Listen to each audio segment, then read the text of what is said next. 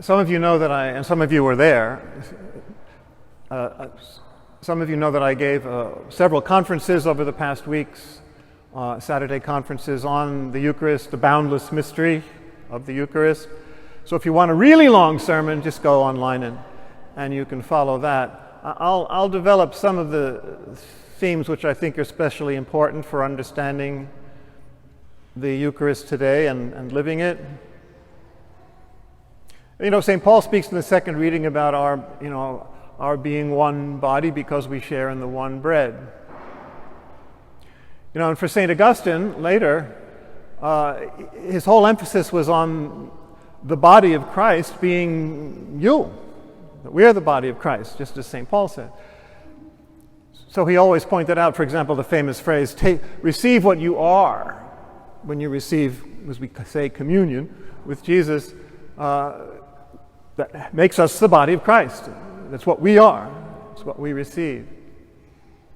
In fact, as I pointed out, the famous Jesuit Cardinal Henri de Lubac, who is a great specialist in medieval history, medieval theology, and the Fathers, in one of his works pointed out that there's been a complete shift in our understanding of the body of Christ, in the sense that for the medievals, following St. Augustine, the real body of Christ, the real presence of Christ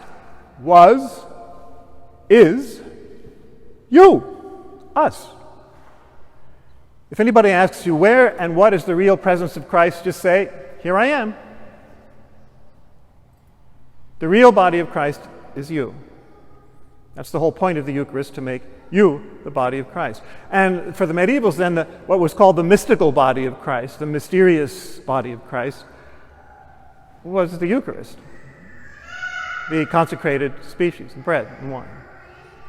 Now, of course, today we've completely switched that around, haven't we? Even Pope speaking about the mystical body.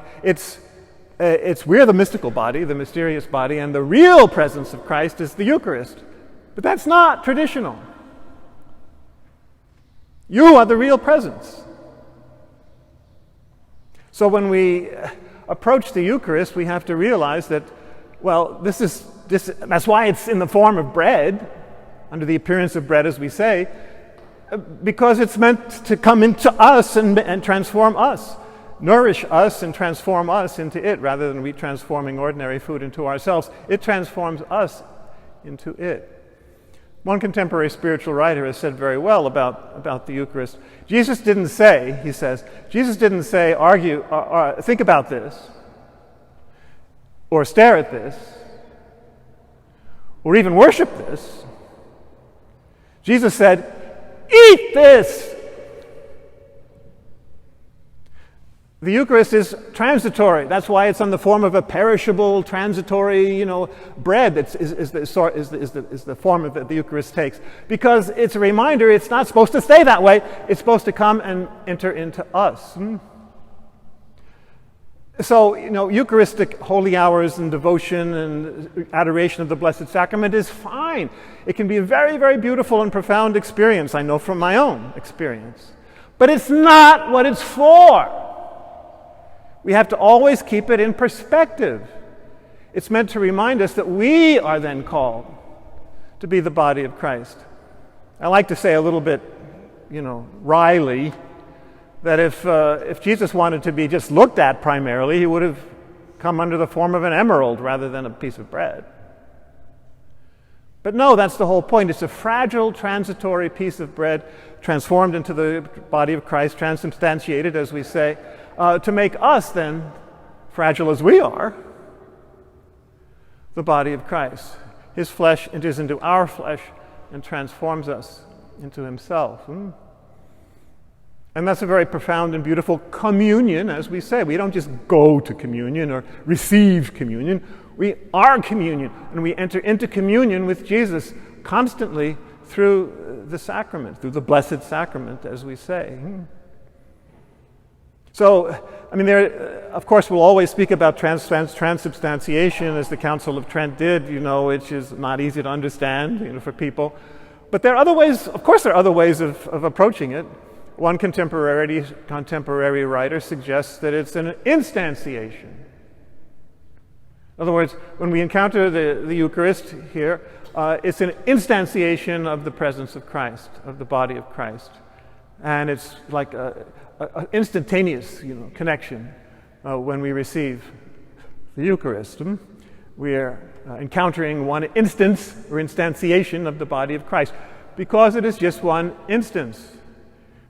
Anyone you look at, and not just Catholics or baptized Christians, but anybody you look at is the body of Christ. Yes, everyone is the body of Christ. Jesus himself said as much when he spoke about the Last Judgment, remember? He said, whatever you do to the least of these, to the hungry and the thirsty and the naked and the immigrant, don't forget that, the immigrant, the homeless, the sick and the imprisoned, don't forget that either, you do to me. Not as if, but it's actually me, Jesus says. You're doing it to me. Paul says to the author of the letter to the Colossians, says that Christ is all in all, which is pretty inclusive, no? Christ is all in all. The flowers of the trees. There's a famous ancient document called the Gospel of Thomas where Jesus says, split the wood and I'm there. Lift up a stone, I'm there. Well, of course.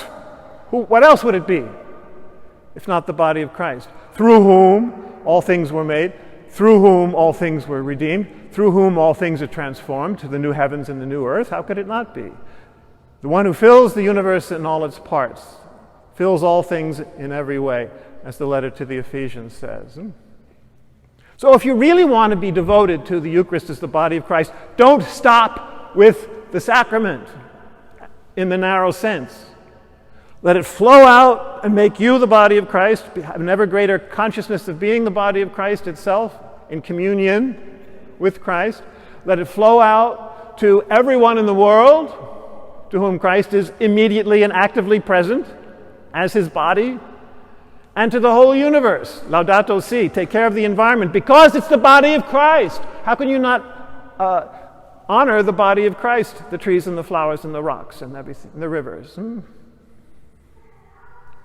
So broaden out your understanding of the Eucharist and don't just narrow it down to that seed, which is the sacrament, because it's meant to be, well, as I said in my lecture's title, a boundless mystery.